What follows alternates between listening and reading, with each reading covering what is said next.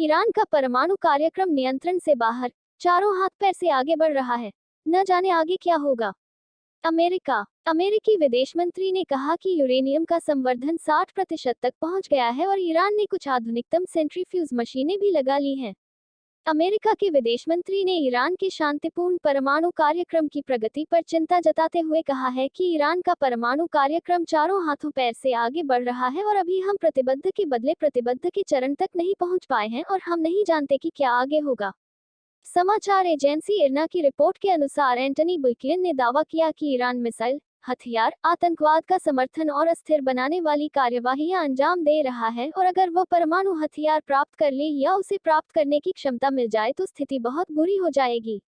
अमेरिकी विदेश मंत्री ने कहा कि इस समय स्थिति उससे बहुत दूर है कि हम मिसाइल जैसे विषय के बारे में बात करें। इस समय हम परमाणु कार्यक्रम के बारे में समझौता करने और साथ ही दूसरे क्षेत्रों में ईरान से मुकाबले के प्रयास में हैं।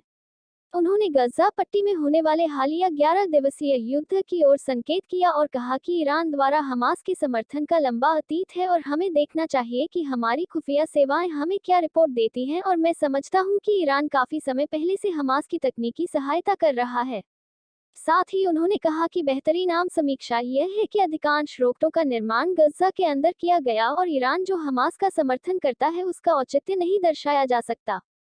टिप्पणी। अमेरिका के पूर्व राष्ट्रपति डोनाल्ड ट्रंप इसराइल को खुश करने के लिए 8 मई 2018 को एकपक्षीय रूप से परमाणु समझौते से निकलने के बाद ईरान के खिलाफ अधिकतम दबाव की नीति अपनाई और उन्हें और बिन्यामिन नेतन्याहू और उनके जैसा अतिवादी विचार रखने वालों को अपेक्षा यह थी कि ईरान को घुटने टेकने और अपनी मांगें थोपने में कामयाब हो जाएंगे, परंतु ट्रंप और नेतन्याहू दोनों इतिहास के कूड़ेदान का भाग बन चुके।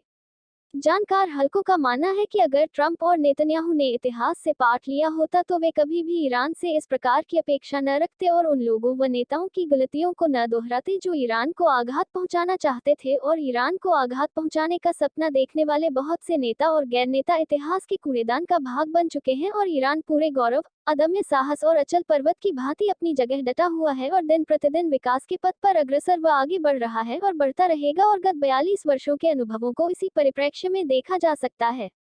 इसी प्रकार जानकार हल्के अमेरिकी विदेश मंत्री से यह जानना चाहते हैं कि क्यों ईरान द्वारा हमास के समर्थन का औचित्य नहीं दर्शाया जा सकता, जबकि अमेरिका द्वारा इसराइल के समर्थन का औचित्य दर्शाया जा सकता है, जबकि अमेरिका उसे सालाना अरबों डॉलर की सहायता भी प्रदान करता है और अंतर्राष्ट्रीय कानूनों के खिलाफ इसराइल के अवैध कृत्य को वैध दर्शाने में किसी प्रकार के संकोच से काम नहीं लेता है। कितनी अजीब बात है कि जालिम का समर्थन करे या यूं कहें कि अमेरिका जायोनी शासन के सरकारी आतंकवाद का समर्थन करे तो उसका औचित्य दर्शाया जा सकता है और आतंकवाद की भेंट चढ़ने वाला यानी ईरान किसी मजलूम का समर्थन करे तो उसका औचित्य नहीं दर्शाया जा सकता। नोटे, यह व्यक्तिगत विचार हैं। पार्स टुडे का लेखक के विचार से सहमत होना जरूरी नहीं है।